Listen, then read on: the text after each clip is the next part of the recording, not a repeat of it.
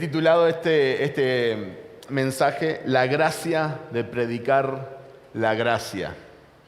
Y me gustaría que me acompañen a 2 de Corintios, capítulo 5.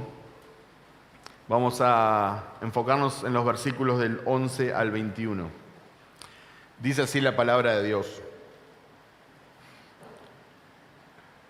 Conociendo pues el temor del Señor, persuadimos a los hombres, pero a Dios le es manifiesto lo que somos, y espero que también lo sea para vuestras conciencias. No nos recomendamos, pues, otra vez a vosotros, sino os damos ocasión de gloriaros por nosotros, para que tengáis con qué responder a los que se glorían en las apariencias y no en el corazón. Porque si estamos locos, es para Dios, y si somos cuerdos, es para vosotros. Porque el amor de Cristo nos constriñe, pensando esto, que si uno murió por todos, luego todos murieron, y por todos murió, para que los que viven ya no vivan para sí, sino para aquel que murió y resucitó por ellos. De manera que nosotros de aquí en adelante a nadie conocemos según la carne, y aun si a Cristo conocimos según la carne, ya no lo conocemos así. De modo que si alguno está en Cristo, nueva criatura es. Las cosas viejas pasaron, he aquí todas son hechas nuevas. Y todo esto proviene de Dios, quien nos reconcilió consigo mismo por Cristo y nos dio el ministerio de la reconciliación. Que Dios estaba en Cristo reconciliando consigo al mundo, no tomándoles en cuenta a los hombres sus pecados, y nos encargó a nosotros la palabra de la reconciliación. Así que somos embajadores en nombre de Cristo. Como si Dios rogase por medio de nosotros, os rogamos en nombre de Cristo, reconciliaos con Dios.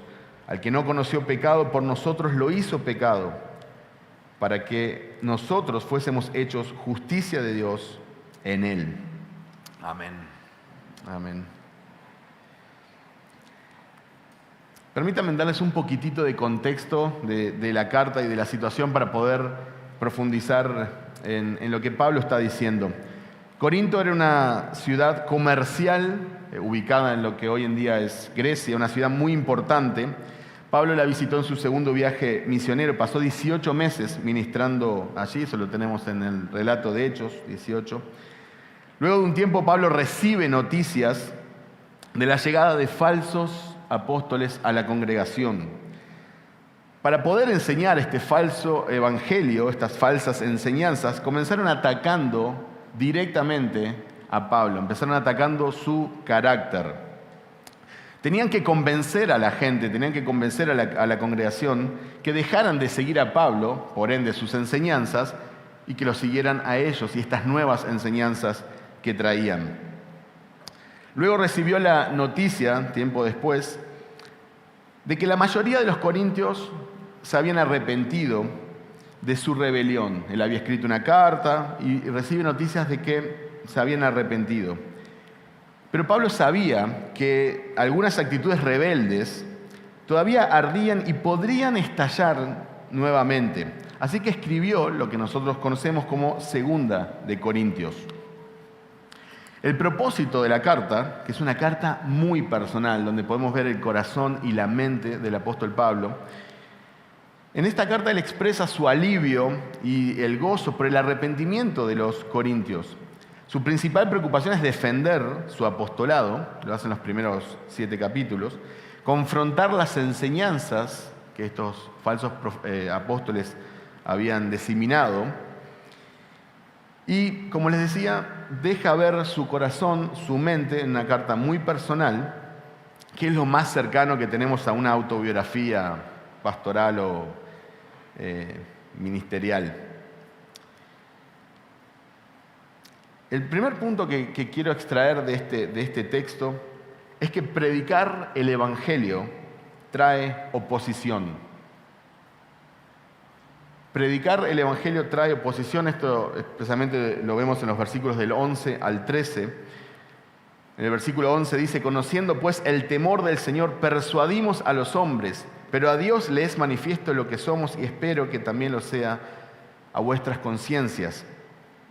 Pablo no dice, siento que, me parece. No, Pablo no dice, soñé, tuve un sueño, percibo que. Pablo dice, conocemos. Dice, yo conozco el temor del Señor, que es algo que lamentablemente se ha perdido en nuestros días, donde hay un énfasis desmedido en las emociones y en el sentir. La consecuencia obvia de eso es que nosotros dejamos de lado las Escrituras para seguir nuestros sentimientos. Pero nuestros sentimientos cambian y van de la mano con las circunstancias. Pero la palabra de Dios es inamovible. Por eso nosotros tenemos que conocer la palabra de Dios y tener convicción, como acá en este caso vemos por parte de Pablo. Pablo dice, conozco el temor del Señor. Y se está refiriendo a este respeto reverente, que es como un asombro por la majestad y el poderío, los atributos, el carácter de Dios. Es como que él se estuviera mirando a Dios, el Evangelio, y queda extasiado, queda emocionado. Es algo que le da respeto, que está frente a la máxima autoridad, está frente al Rey de Reyes. Es un respeto reverente, un asombro. Pablo quiere que los corintios sean persuadidos de su integridad y su fidelidad como apóstol de Cristo. Él no tiene dudas de que Dios ve su corazón y también de que Dios ve sus acciones, pero él quiere que los corintios también lo vean. No porque él se está autopromocionando, y eso lo vamos a ver más adelante, sino porque de eso dependen las enseñanzas que él ha dado. Él quiere que ellos sigan sus enseñanzas, porque son las enseñanzas de Cristo, las enseñanzas que vienen de nuestro Señor. Otra versión traduce el versículo 11, dado que entendemos nuestra temible responsabilidad ante el Señor, trabajamos con esmero para persuadir a otros. Dios sabe que somos sinceros y espero que ustedes también lo sepan. En versículo 12, si me acompañan en el texto, dice, no nos recomendamos pues otra vez a vosotros, sino os damos ocasión de gloriaros por nosotros, para que tengáis con qué responder a los que se glorían en las apariencias y no en el corazón. Pablo no tiene ninguna intención de autoproclamarse, como les mencionaba recién. No tiene ninguna intención de exaltarse a sí mismo. Pero sí quiere darle argumentos a los corintios, darle como herramientas para que se defiendan de los falsos apóstoles y de sus falsas enseñanzas. Por eso es que vamos a ver, a lo largo de la carta podemos ver cómo él está defendiendo su apostolado, pero no es con la motivación de exaltarse, de mostrarse como la meta, sino al contrario, porque él quiere exaltar las enseñanzas de Cristo, a quien él sigue y de quien es siervo por la voluntad de Dios.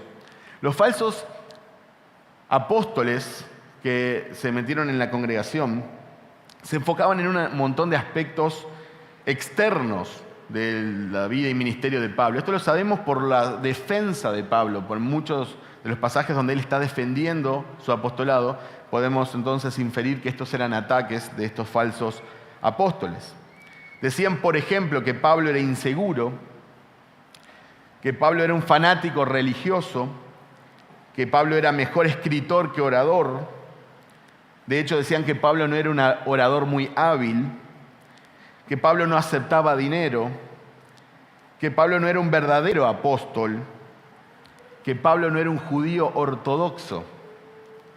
Y hasta llegaron probablemente a atacar sus visiones, diciendo que no eran grandes visiones, no eran grandes revelaciones del Señor. Primera de Samuel 16:7, cuando Samuel iba a ungir al futuro rey de Israel, que iba a ser David, sus hermanos comienzan a pasar y desde que llega el primero, él ve obviamente lo grande de su estatura, ve lo físico. y piensa que ese es el escogido para ser rey. En 1 Samuel 16, 7 tenemos la respuesta del Señor a Samuel. Y Jehová respondió a Samuel: no mires a su parecer, ni a lo grande de su estatura, porque yo lo desecho. Porque Jehová no mira lo que mira el hombre, pues el hombre mira lo que está delante de sus ojos, pero Jehová mira el corazón. Y si me permiten hacer una pequeña implicancia del pasaje, nosotros tenemos que tener cuidado con lo que miramos también. Hay muchas personas que siguen a líderes, pastores, predicadores, por su apariencia física, por lo moderno, por lo buena onda, por el uso de la tecnología, y no por el corazón, por un corazón que siga a Cristo. Y nosotros tenemos que tener cuidado de no escuchar ese tipo de críticas que son totalmente innecesarias e inservibles, que critican cosas externas y cosas superficiales, desde lo físico, lo material de un edificio, hasta cómo se expresa el pastor. Nosotros tenemos que enfocarnos en las cosas que el Señor se enfoca. En el versículo 13 dice Pablo: porque si estamos locos es para Dios, y si somos cuerdos es para vosotros. Pablo probablemente fue acusado de ser un loquito, un fanático religioso,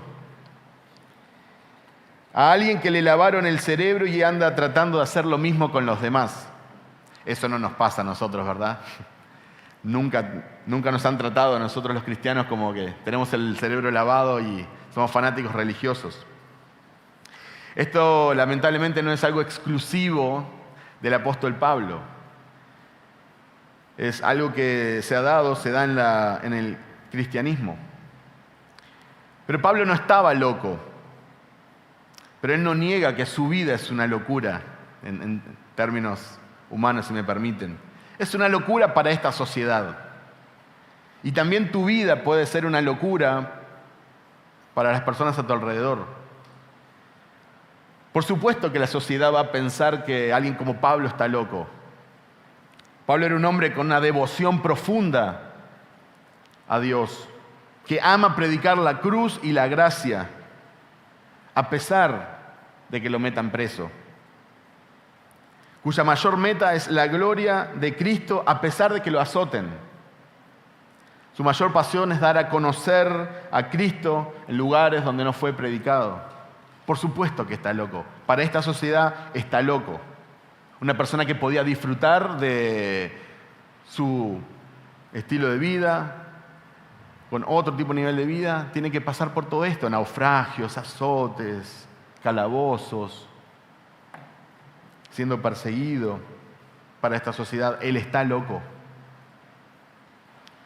Esta acusación no es exclusiva para el apóstol Pablo, como les mencioné. Esto hoy, 2000 años después, no ha cambiado, no ha variado mucho. Si amás la palabra de Dios, te van a tratar como un loco, como un religioso. Aún los propios evangélicos, aún personas dentro de las iglesias. Si compartís el evangelio en toda oportunidad,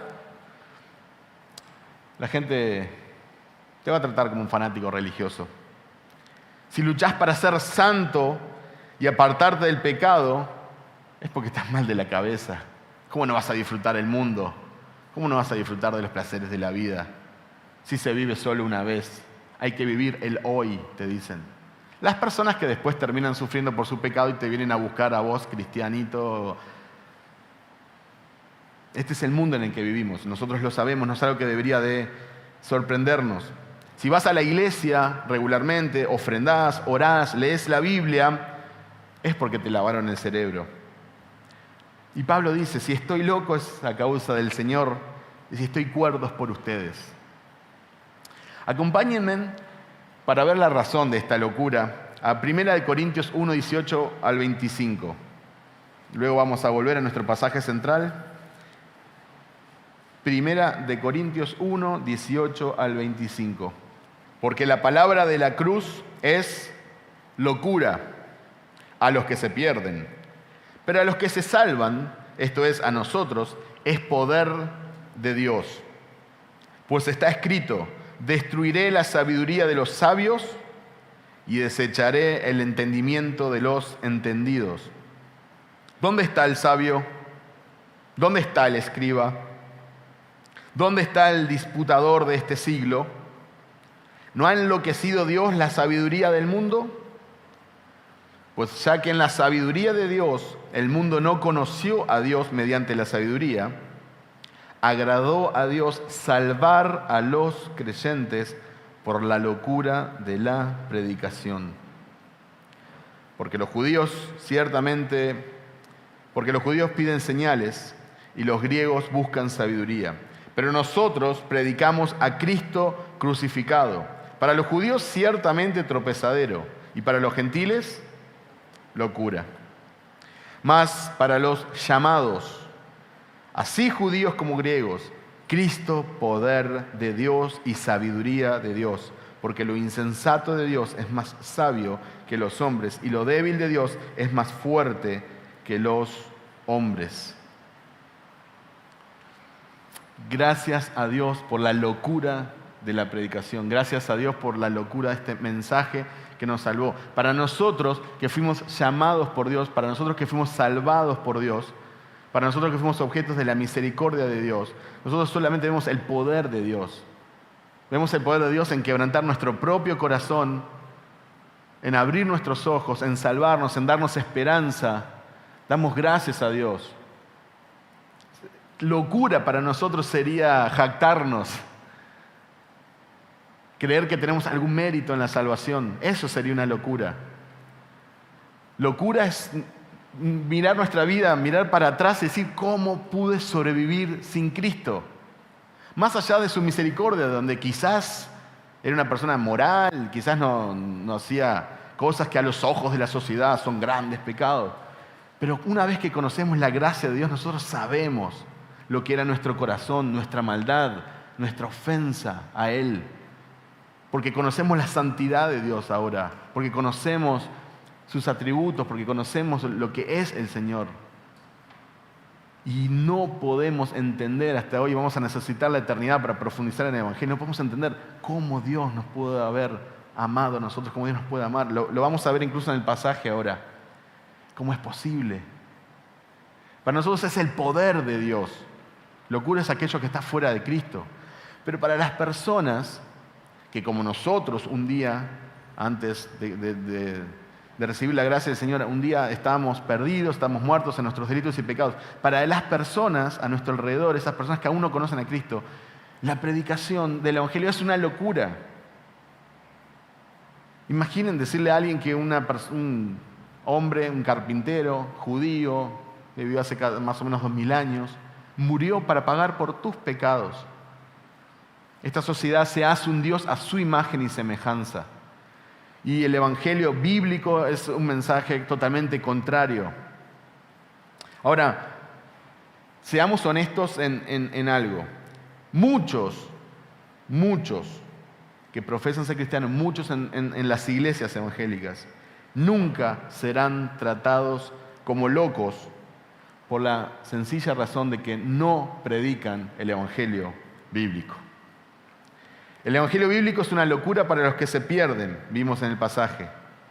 Pero muchas personas prefieren hacer sentir bien consigo mismo a los perdidos, en lugar de confrontarlos con el Evangelio bíblico. Los perdidos se sienten cómodos en las iglesias, en nuestros servicios, en los cultos,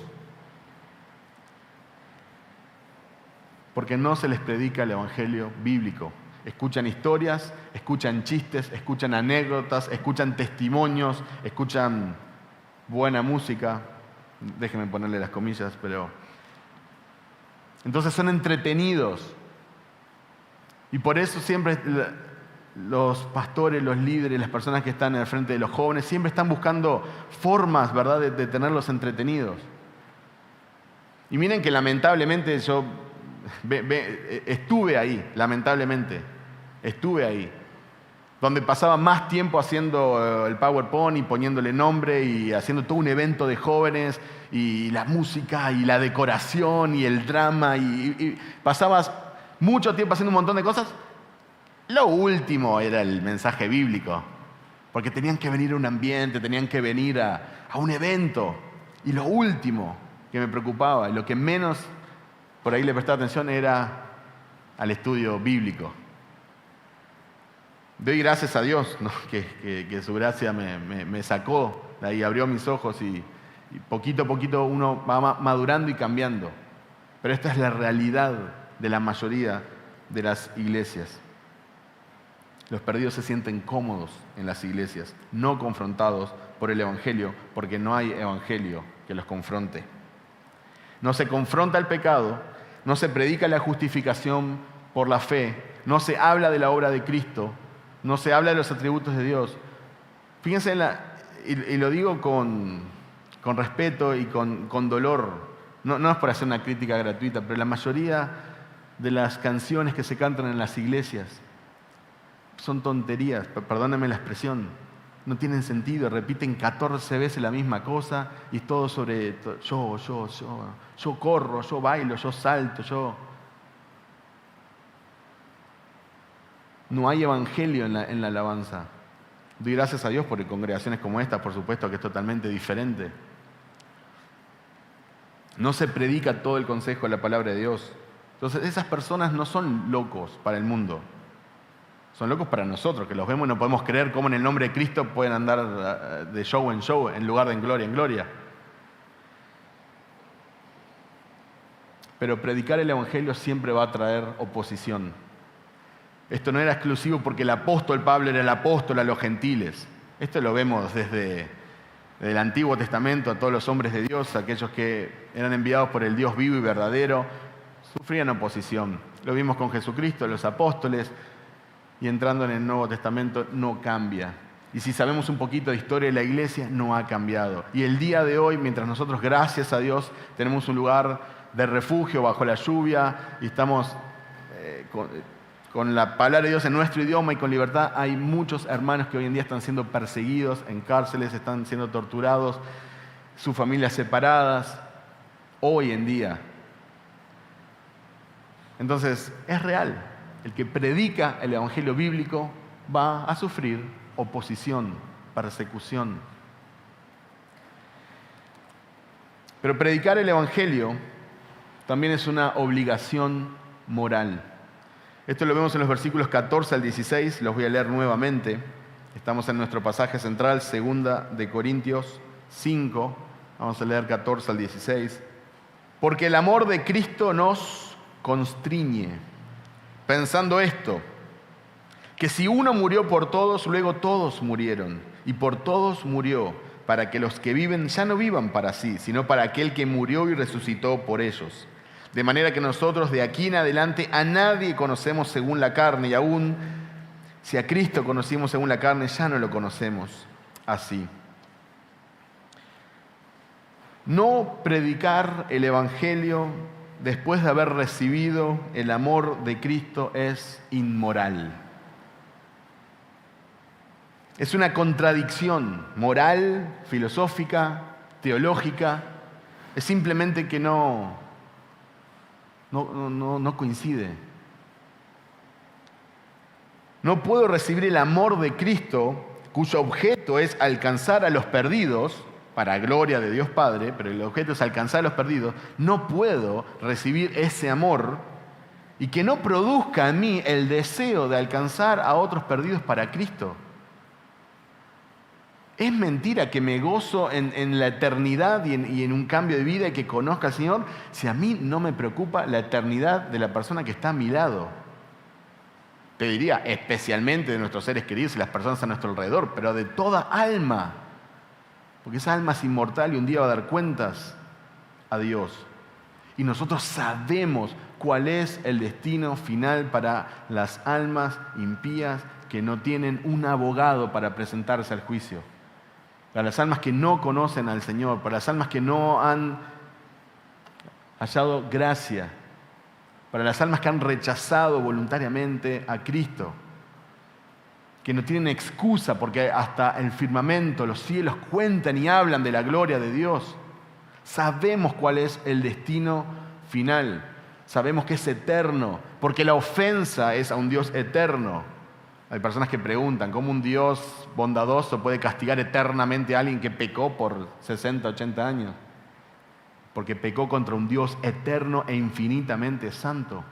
Nosotros sabemos del sufrimiento, o espero que sí, deberemos de leerlo en las Escrituras, debemos de exponernos a la enseñanza y recordar de dónde nos rescató el Señor, lo que ha hecho en nuestra vida. El Evangelio es mucho más que simplemente cambiar nuestro estilo de vida acá en la tierra, darnos una mejor calidad de vida. Entonces, bueno, como no peco tanto, capaz que vivo un par de años más. No, el Evangelio es un poquitito más profundo que eso. Nosotros sabemos de la eternidad de condenación que el Señor nos rescató. También sabemos lo que significa tener una comunión con Cristo. Nosotros sabemos lo que es tener libre acceso al trono de la gracia, como cantábamos recién. Nosotros sabemos lo que es adorar a aquel que está sentado en su trono, que escuche nuestras oraciones, poder expresarle lo que Él es. El hecho de decirle, te amo, te alabo, eso viene de la misericordia de Dios, porque estos labios han pecado. Entonces, el hecho de que nosotros hayamos sido perdonados, limpiados, que no tengamos condenación, que tengamos esperanza, que tengamos paz, que tengamos propósito. Nosotros sabemos eso. Ahora, la pregunta es, ¿cómo puedo yo saber la realidad del infierno? ¿Cómo puedo yo conocer la realidad del cielo? ¿Cómo puedo decir que tengo una comunión íntima, una relación personal con el Señor Jesucristo y que a mí no me importe dónde va a pasar la persona que está a mi lado su eternidad? ¿Se dan cuenta que es una contradicción? Es una contradicción y no debería de ser así. ¿Puede alguien acaso experimentar el nuevo nacimiento y no querer que los demás lo experimenten? Pablo habla en este contexto del amor de Cristo. Y nosotros a veces lo podemos leer medio a la ligera, medio rápido. El amor de Cristo nos constriñe, dice Pablo. Pablo no está refiriéndose a su amor por Cristo. Está hablando del amor de Cristo por Él y por nosotros. Y acá debemos de parar un segundo y decir, ¿cómo puede ser que Cristo me ame a mí? ¿Cómo puede ser que Cristo, el Dios del universo, el Señor de señores, el Rey de reyes, Dios, cómo puede ser que me ame a mí, un simple mortal, un pecador? Damos gracias a Dios por el Evangelio, por supuesto.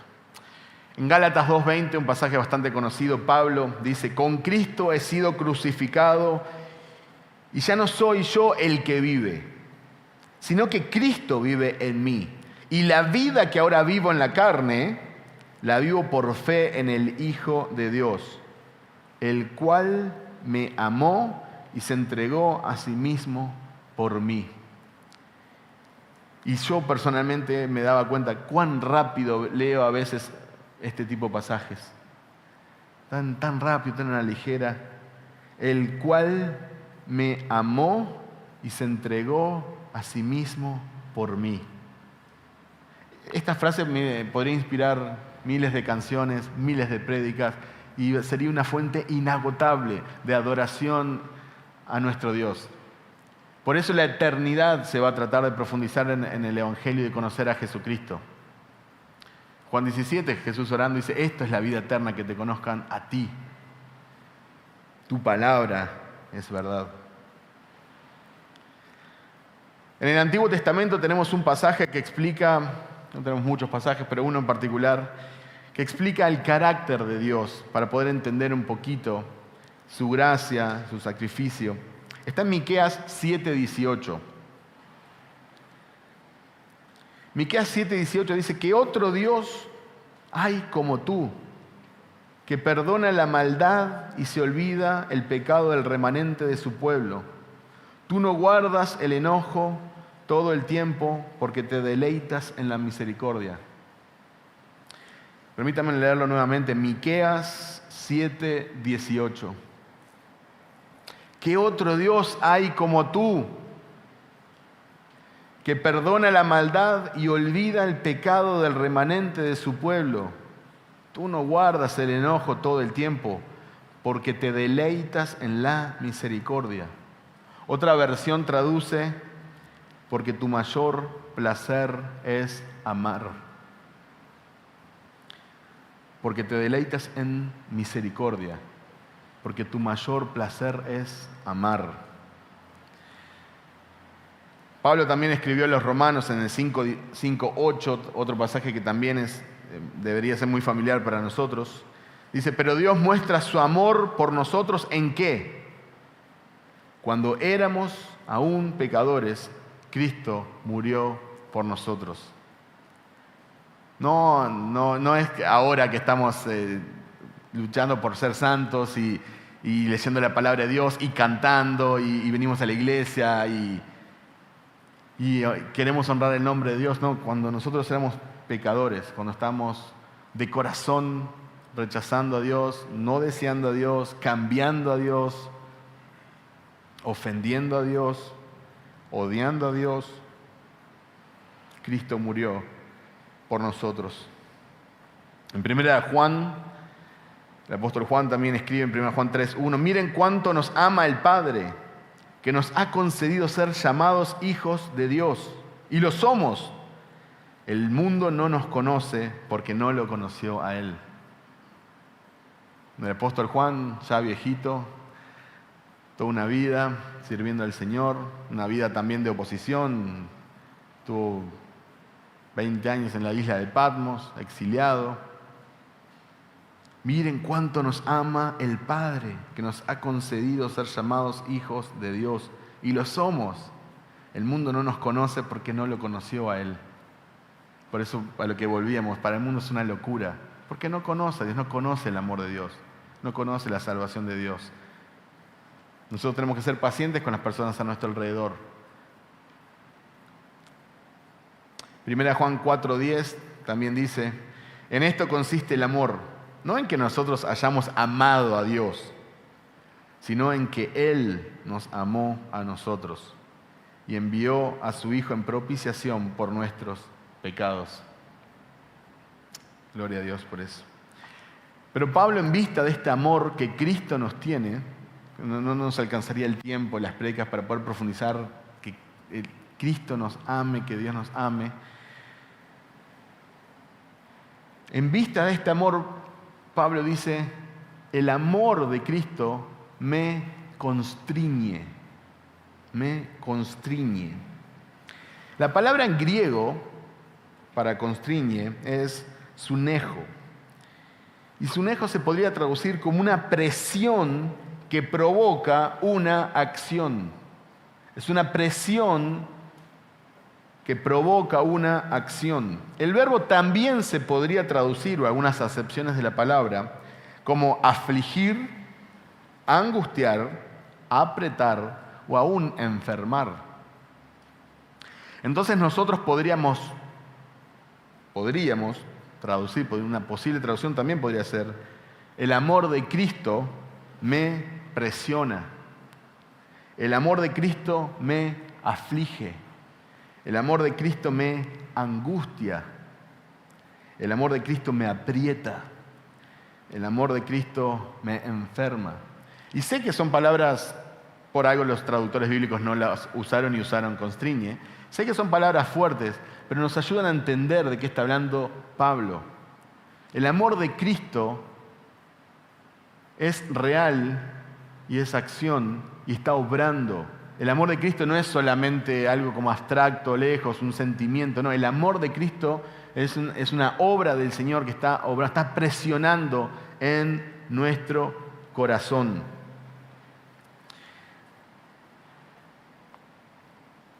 A veces nos puede pasar que estamos sentados al lado de una persona, sabemos que vamos a compartir un tiempo. Digamos que tomamos un taxi o alguna de las aplicaciones estas de transporte móvil y tenemos media hora. A mí a veces se me pasa por la cabeza, ¿no? Yo tengo que compartirle. Porque si tenemos un accidente y pasa algo, esa persona, yo no sé a dónde va a ir. Y probablemente, como la gran mayoría de las personas, no conoce a Cristo. Y yo conozco a Cristo. ¿Quién le va a predicar a Cristo? Porque la mayoría de los pasajeros que se van a subir no le van a predicar a Cristo. Probablemente en su familia quizás no hay nadie cristiano. Entonces, puede pasar que sentimos ese... Y no es porque nosotros seamos apasionados, seamos grandes evangelistas y que misericordiosos, no. Es precisamente porque no somos naturalmente así, que el Espíritu Santo tiene que convencernos de pecado, tiene que animarnos. Y pone eso, hablale. Si no le hablas vos, ¿quién le va a hablar? Y nos molesta, y nos aflige, y nos angustia. Porque no todos tienen facilidad de palabra, o a veces estás apurado, o a veces te pasó algo, y a veces estás enojado, y a veces estás pensando en algo, y a veces... Pero esa persona necesita escuchar el Evangelio. Y eso es algo que el Espíritu Santo, es el amor de Cristo, es ver la obra de Cristo en nuestra vida, es ver que ahora somos aceptos en el amado, es ver el Evangelio, es ver la gracia de Dios, es ver todo lo que Dios ha hecho en nosotros, por nosotros y sigue haciendo, aún la paciencia que tiene día a día con nosotros, me obliga a mí a compartir de Cristo a otras personas. Y este es el punto. No compartir el Evangelio es inmoral, es inmoral. Es sumamente inmoral. Para nosotros que conocemos el amor de Dios, el amor de Cristo, el temor del Señor. Si yo recibí el amor de Cristo, no puedo dejar de anhelar que otros reciban este mismo amor. La gente a veces compra un producto, le funciona bien y está sumamente animada compartiéndole a otros. Mirá, compré tal cosa y es muy bueno, deberías de probarlo. Y es un aparato, que sí te puede ayudar a una cosa, es un producto. Pero acá estamos hablando de vida eterna, estamos hablando del Salvador, de la única provisión de Dios para el pecador. Que se dio a sí mismo a la persona de su Hijo, es la provisión de Dios. Nosotros debemos de anhelar compartir de Cristo con otros. Si has recibido el amor de Cristo, has muerto junto a Cristo. Como dice Pablo, ya no vivís para exaltarte a vos mismo, ya no vivís para vos, ahora vivís para la gloria y honra de Cristo.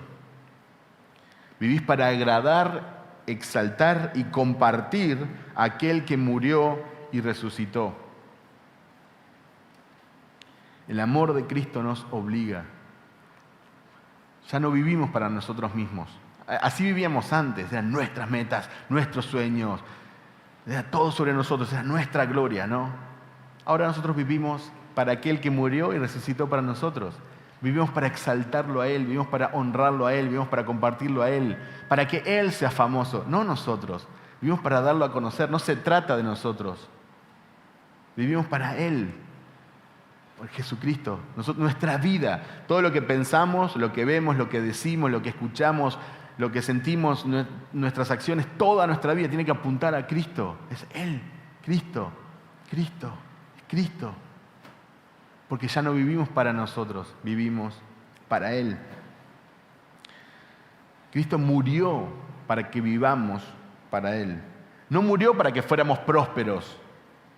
No murió para que fuéramos populares. No murió para que nuestra vida fuese fácil. De hecho, si llevas un tiempito caminando con el Señor, sabes que probablemente se te complicó la vida siguiendo a Cristo. Y que para todos a tu alrededor sos un loco. Ya lo vimos eso. Murió para que nuestra vida exalte su increíble gracia. Nuestra vida, nuestra muerte, toda circunstancia, nuestra eternidad, murió para que nuestra vida exalte su increíble gracia. Y si me acompañan, me gustaría ver esto, porque esto es algo que viene de la palabra de Dios. Me gustaría que me acompañen a Efesios 1, 3 al 7. Sé que es un pasaje que conocen.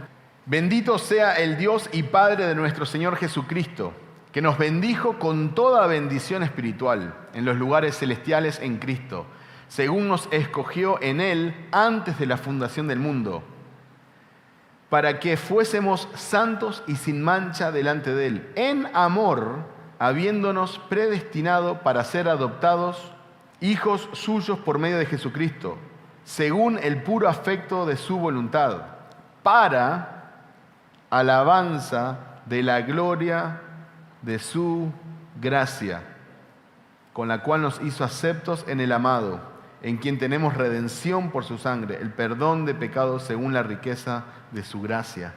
Permítame leer nuevamente el versículo 6. Cuando hay un para, marca el propósito, ¿no? ¿Para qué? Para alabanza de la gloria de su gracia. Ese debe ser nuestro motivo de vivir, despertar cada día. Si estás con vida, independientemente de cualquier situación, debes de exaltar la inmensa gracia, sublime gracia que el Señor nos ha dado en su amado. Un último punto que se va a desprender de los pasajes de los versículos 17 al 21 es que predicar el Evangelio no es opcional. Predicar el Evangelio no es opcional. Dice el versículo 17, de modo que si alguno está en Cristo, nueva criatura es. Las cosas viejas pasaron, he aquí todas son hechas nuevas. Y todo esto proviene de Dios, quien nos reconcilió consigo mismo por Cristo y nos dio el ministerio de la reconciliación. Que Dios estaba en Cristo reconciliando consigo al mundo, no tomándoles en cuenta a los hombres sus pecados, y nos encargó a nosotros la palabra de la reconciliación. Así que somos embajadores en nombre de Cristo, como si Dios rogase por medio de nosotros, os rogamos en nombre de Cristo, reconciliaos con Dios. Al que no conoció pecado, por nosotros lo hizo pecado, para que nosotros fuésemos hechos justicia de Dios en Él. Hermanos, hay una creencia errada en muchísimas iglesias. Hay muchas creencias erradas, pero quiero enfocarme en una. Hay una creencia errada en muchísimas iglesias y en muchísimos cristianos que está causando estragos. A veces sin darnos cuenta, va corriendo por los pasillos de las iglesias y yo creo que tiene consecuencias nefastas. Es una creencia errónea muy popular entre los cristianos. A mí en lo personal realmente me preocupa. Una creencia que no se expresa de labios para afuera, pero que la vivimos. Una creencia que está bien enraizada en los corazones de los creyentes evangélicos. Una de las creencias más peligrosas y difíciles de detectar. Y la creencia errónea es esta: predicar el Evangelio es para unos pocos. Es nefasto, nefasto. Predicar el Evangelio es para unos pocos. Es opcional. Depende de quién sos, depende de tu contexto, depende del momento. Y para mí eso es lo más antibíblico que pueda existir. Muchos cristianos creen que los pastores, misioneros, líderes en la iglesia, los pastores, son los que tienen que predicar el Evangelio. Por eso nos limitamos, inconscientemente, a invitar a personas a la iglesia, pero quizás nunca les predicamos el Evangelio. Entonces, como ya lo invité a la iglesia, me quedo como en paz, tranquilo. Lo invité a la iglesia, si no viene, con problema de él. Pero nunca me tomo el tiempo de orar por esta alma, de buscar formas intencionalmente de sentarme y poder compartir el Evangelio. Calmamos nuestra conciencia invitando a la iglesia, pero eso no es predicar el Evangelio. Si la persona se muere, no tiene, hoy no fui a la iglesia. No, nosotros tenemos que predicar el Evangelio de la gracia del Señor, del Evangelio de Jesucristo. Otros creen que los que tienen mucho conocimiento tienen que predicar el Evangelio. Hermanos, es bueno y natural que nosotros queramos crecer en el conocimiento de la palabra de Dios. Eso es bueno y natural que un cristiano quiera crecer y nutrirse de la palabra de Dios. Pero no es necesario ser un doctor en divinidades para compartir el Evangelio. Eso es una excusa que nosotros damos. Por supuesto que nosotros siempre vamos a tener que crecer en el Evangelio y crecer más, y a medida que prediquemos el Evangelio y que nos congreguemos y que estudiemos y que tengamos comunión con Dios, obviamente vamos a crecer no solo en el conocimiento del Evangelio, sino también en la capacidad de compartir el Evangelio. Pero hay personas que por años, no, yo no sé tanto, mejor que le compartan, no sé, Javier sabe, Javier, habla con esta persona. Porque... No, hermanos, estamos en Cristo. Se te ha dado un ministerio, el ministerio de la reconciliación, ahora lo vamos a ver, sos embajador de Cristo. Tenés que compartir el Evangelio. Porque Javier, con todo lo bueno que es, todo lo que lo amo, no es omnipresente. No me enteré todavía. Vos estás en un lugar para honra y gloria del Señor. Y una de las formas es compartir el Evangelio de Jesucristo con las personas que Dios pone a tu alrededor. Otras personas creen que solo los extrovertidos tienen que predicar el Evangelio. Quizás algunos se excusen que no tienen facilidad de palabra, que son muy tímidos. Los que dan este tipo de excusas se olvidan que la salvación es del Señor, que no está en nosotros el poder de cambiar corazones. No es porque hablas bonito que una persona va a ser salva. No es porque tenés poder de convicción que una persona va a ser salva. Es el Señor que salva. Es el Señor que abre los ojos. Es el Señor que cambia el corazón. Es el Señor que cambia la mente. Es el Señor que se revela. Nuestra responsabilidad es predicar el Evangelio. Sin duda que hay personas que quizás sonarán más bonito, hay personas que se expresan mejor, personas que tienen más estudios que otros, personas que hablan diferentes idiomas, sin duda, pero la salvación es del Señor. Mi responsabilidad es compartir el Evangelio. Otros dicen, no es necesario predicar el Evangelio porque Dios ya escogió quienes han de ser salvos. Es verdad que Dios ya escogió quienes han de ser salvos, porque de otra manera nadie lo escogería a Él. Él nos ama primero, lo vimos. Pero el Dios soberano, que escoge quién ha de ser salvo, también escogió que el instrumento por el cual las personas sean salvas es la predicación del Evangelio a través de la iglesia. En otras palabras, te escogió a vos y a mí para llevar este mensaje de reconciliación a otras personas. Entonces nosotros no podemos poner como excusa. Yo tengo que predicar el Evangelio a toda persona. Si la persona responde a este llamado del Evangelio, entonces, gloria a Dios, porque es salva. Sabemos que Dios obró en su corazón, la persona es salva. Si no responde, Dios también va a usar esa predicación para su honra y gloria. Esta persona no va a tener excusa porque está rechazando el Evangelio. Nuestra responsabilidad es predicar el Evangelio a toda persona y que Dios haga su obra. Muchos de nosotros cuando fuimos alcanzados por el Señor estábamos apasionados y compartíamos de Cristo con todos a nuestro alrededor. No sé si les ha pasado. Yo andaba como mono, como metralleta, así, lo loco, sí, un fanático. Pero a medida que va pasando el tiempo, vamos madurando, ¿no? Vamos creciendo y comenzamos a ser mucho más medidos. Gracias a Dios, ¿no? Empezamos a ser más medidos con nuestras palabras, con nuestras acciones, ¿verdad? En el nombre de la madurez. Y ya no somos tan osados para hablar del Evangelio. Y si somos honestos, no somos tan apasionados. Y luego, en un punto de nuestra vida, predicar el Evangelio es una excepción y no nuestro estilo de vida. Hermanos, les quiero animar de todo corazón, ¿sí? Que sigamos creciendo, que sigamos madurando, nos vamos a comportar mejor para esta sociedad, pero no perdamos la pasión por el Evangelio. No nos olvidemos de lo que Cristo ha hecho por nosotros. Tengamos presente su amor por nosotros. Compartamos con las personas que están a nuestro alrededor. Su eternidad es real.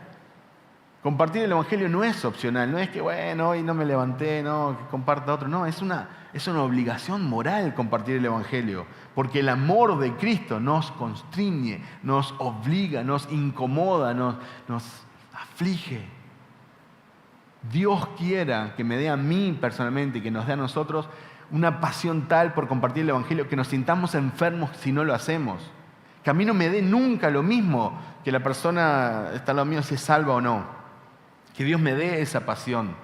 Es válido orar al Señor y pedirle, Señor, ayúdame a compartir el Evangelio. Señor, dame pasión. Ayúdame a entender tu gloria y también la condenación eterna que es estar privados de la majestad del Señor. Algunas implicancias de estos versículos, unas implicancias prácticas, es que si alguna persona está en Cristo, y la expresión en Cristo denota una posición espiritual de la persona. La persona que está en Cristo se encuentra identificada con Cristo. Hay comunión, está en Cristo y Cristo está en la persona. Toda persona que está en Cristo, esto es lo que se desprende del texto, toda persona que está en Cristo, que está en unión con Cristo, es una nueva criatura. No algunos, no unos pocos, no los que se congregan. La persona que está en Cristo es una nueva criatura. Dice que las cosas viejas pasaron. Esto no significa que no vas a tener luchas, no vas a tener tentación, no.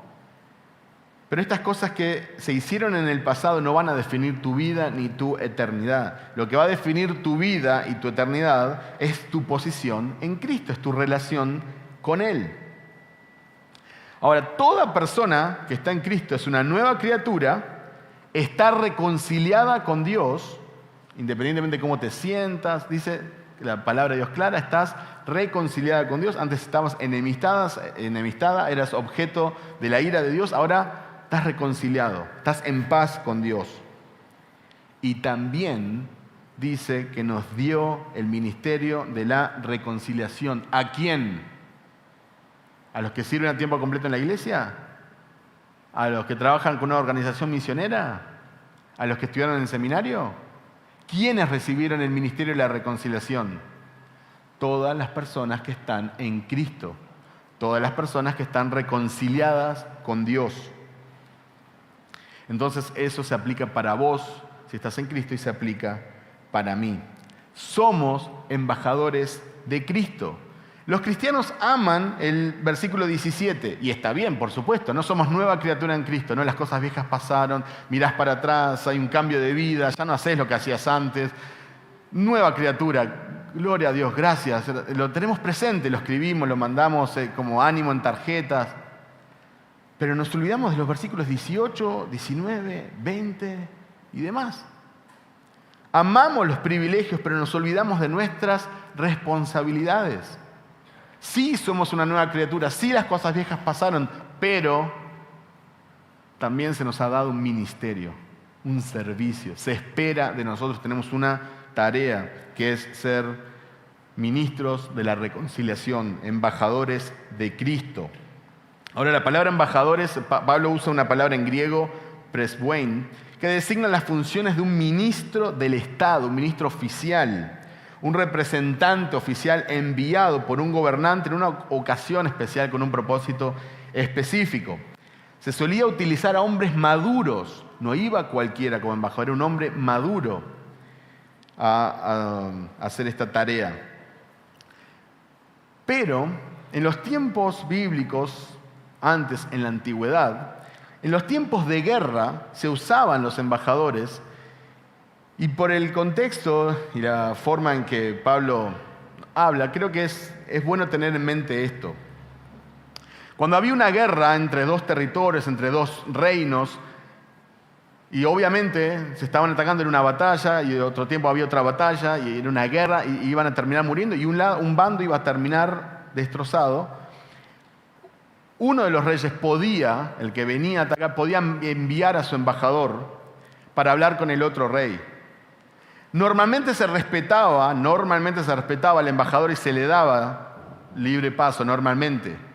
Pero el embajador traía las condiciones de paz de su rey. Y básicamente era esto: mi rey está viniendo la guerra y te va a destruir. Estas son sus condiciones de paz.